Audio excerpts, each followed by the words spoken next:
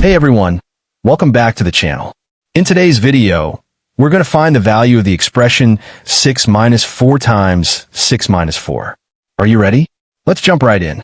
At first, some people try to subtract right away. They say 6 minus 4 equals 2, and then they look at the other 6 minus 4, which also equals 2. After that, they multiply 2 times 2 and get 4. But this answer is not correct. The mistake happens because math follows a strict set of rules called the order of operations, often remembered as PEMDAS. P stands for parentheses, E stands for exponents, M and D stand for multiplication and division, and A and S stand for addition and subtraction. We always solve parentheses first, then exponents, then multiplication and division, and finally addition and subtraction. Also remember that multiplication and division have equal priority and must be solved from left to right.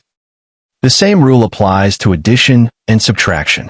Now let's solve the problem the correct way. The expression is 6 minus 4 times 6 minus 4. First, we look for the subtraction inside the multiplication. 6 minus 4 equals 2. Now the expression becomes 6 minus 4 times 2. Since multiplication comes before subtraction, we solve that next. 4 times 2 equals 8. Now we are left with 6 minus 8. 6 minus 8 equals negative 2. So the correct final answer is negative 2.